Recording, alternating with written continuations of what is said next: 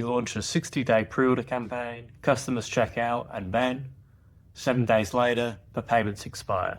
This is Shopify's authorization period at work, and it's one of the most common pitfalls for merchants getting started with pre-orders. So authorization periods aren't a Shopify quirk, they're a credit card industry-wide standard. For most merchants using Shopify, you have 7 days to capture payment after checkout. That's fine for normal orders, but if you're running pre-orders with 30, 60, 90-day lead times, the 7-day window closes long before you're ready to ship. When authorization expires, the holder's released, and you can't collect payment anymore, which causes awkward follow-ups or worse, lost sales. Okay, so let's go through 3 approaches to improve the situation. So strategy number 1 is the extended payment authorization period. Bit of a mouthful, but that is something exclusive to Shopify Plus, and it works with Amex, MasterCard, and Visa Card. And it's this 30-day period, so extended from 7 days to 30.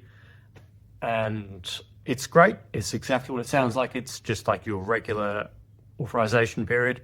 Apart from when you get to that 7-day mark, Shopify will charge you a 1.75% fee on top of your standard credit card rate. That's the main rub with this one. But for moderate lead times, 8 to 30 days, this can work great. And if you're already on Plus, it will fit with your existing setup. You just need to go to Shopify admin, and then settings, payments, and then in the manual capture setup section, I believe, you can make sure that's on. So that's strategy number 1, just using this extended authorization period. Strategy number 2 is vaulting credit cards. So this is when the vaulted card is stored securely with either Shopify, PayPal, or Stripe. And then later on, when you're ready to trigger the charges, you can do that programmatically. So a transaction actually isn't even started with the customer's bank until you're ready. And this solves your authorization period entirely. So you no longer have that 2.9% fee at the time of recording. And according to data from our 1 million pre-orders report, about 43.8% of merchants use this charge later method, at least the merchants who use us for pre-orders. So it's a great approach for sidestepping that surplus fee from Shopify, as well as going far beyond that 30-day period. You can go 6 months plus.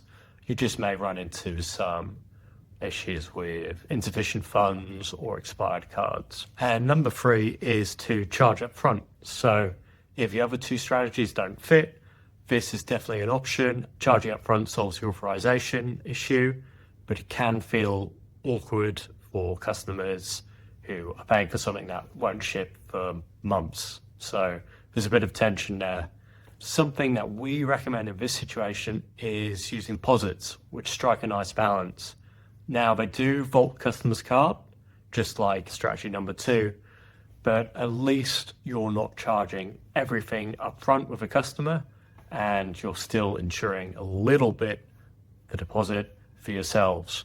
So that would be a great strategy to kind of marry the 2, vaulted card plus traditional transaction at the time of checkout. So this 7-day authorization period, it's not going anywhere. It's a international bank standard, but we have these 3 solid strategies which we can employ depending on your situation or your store at any given point. So they were used standard or extended authorization periods if you're on Shopify Plus. So go from that 7-day to 30-day period. And number 2 was vaulting cards. So completely get rid of that limited authorization window and just vault the customer's card with your payment processor so you can charge it later. And then number 3 was mixing the 2 by having a authorized, captured transaction up front at time of checkout for the deposit, and then later on you can trigger a charge for the outstanding amount using vaulted cards. So looking at our data, charged later pre-orders, at least if we're talking about pre-orders, are the most common by far, or about 50%. and then the rest are kind of evenly split between the different methods. And of course, I've got to mention pre-products, the app that I work on. So we handle card vaulting natively, so you don't have to worry about any of these authorization headaches. And we plug into Shopify Payments, PayPal, and I think there's a couple more coming soon. So you can stick to your existing checkout. I'll put a link below because we've got a 7-day free trial, and we've also got a plan with no fixed costs, so we only charge a percentage of paid pre-orders.